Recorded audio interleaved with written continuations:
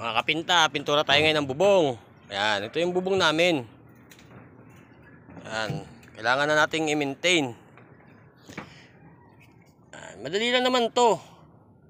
Ang gamit pala natin ay Boysen roof guard. Ayan. Water base yan. Pang bubong talaga yan, pang yero.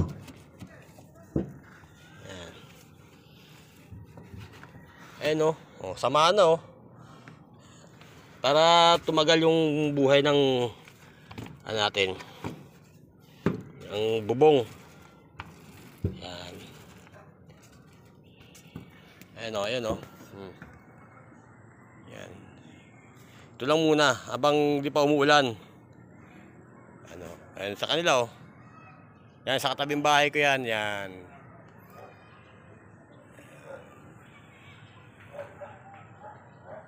Kailangan talagang pinturahan yan. Ayan, ayan, ayan. Ito yung ano, first coat. First coating yan. Yan lang, i-ruler mo lang. Yan. Pag maraming budget, kahit mga 3 coating. Ayan. Pero pag makapal naman yung pahid mo, kahit 2 coating lang. Boysen.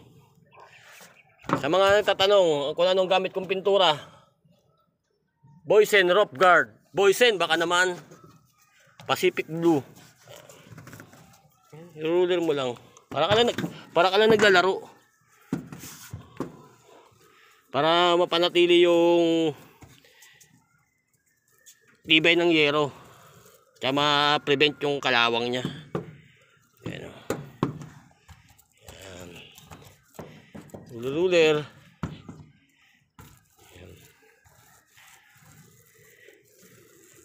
Ayan o. Ayan, mga kapitbahay ko yan o.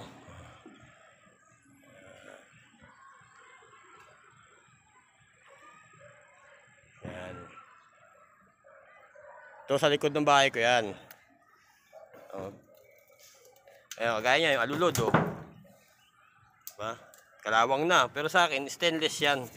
Naka-inside gutter kasi ako. Kaya walang problema sa akin na ano, kasi stainless. Pero kailangan i-maintain mo pa rin yan kahit stainless yan. Kasi may mga dugtungan. Kaya kailangan yan every year.